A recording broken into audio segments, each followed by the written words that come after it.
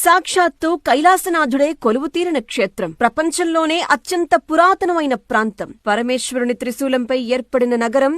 ప్రళయకాలంలో కూడా నాశనం కాదని చెప్పబడే ఒక దివ్య క్షేత్రం కాశీ. కాశీ కాశీ కాశీ అని 3 సార్లు పలికితే చాలు మోక్షప్రాప్తి సిద్ధిస్తుందని కాశీఖండంలో పేర్కొనబడింది. అంతటి మహామహిమాన్వితమైనటువంటి నగరాన్ని జన్మలో ఒక్కసారైనా దర్శించుకుంటే చాలు అని అనుకోని భక్తులుండరు. ఆనంద కాననం, కాలభైరవ దర్శనం, విశాలాక్షి వీక్షణం, విశ్వనాథుని విన్యాసం, అన్నపూర్ణమ్మ అనుగ్రహం, మోక్షపురి, మహాశ్మశానం, పంచక్రోశ క్షేత్రం అనేటువంటి ఎన్నో పేర్లు మన కాశీకి. భువిలోన కొలువైన పరమేశ్వరుని నిత్య నివాసమే కాశీక్షేత్రం. తల్లి గర్భంలో 9 నెలల కాలంలానే వారణాసిలో 9 రోజుల నిద్ర ఒక మనిషికి అంతటి పవిత్రతను చేకూరుస్తుందట. ఇక కాశీక్షేత్రంలో గ్రద్దలు ఎగురవు, గోవులు పొడవవు, బల్లులు అరవవు, శవాలు కంపుకొట్టవు, కాశీలో మరణించిన ప్రతి జీవి కుడిచెవి పైకి లేచుంటుంది అని ఎన్నో విశేషాలు వింటూ ఉంటాం.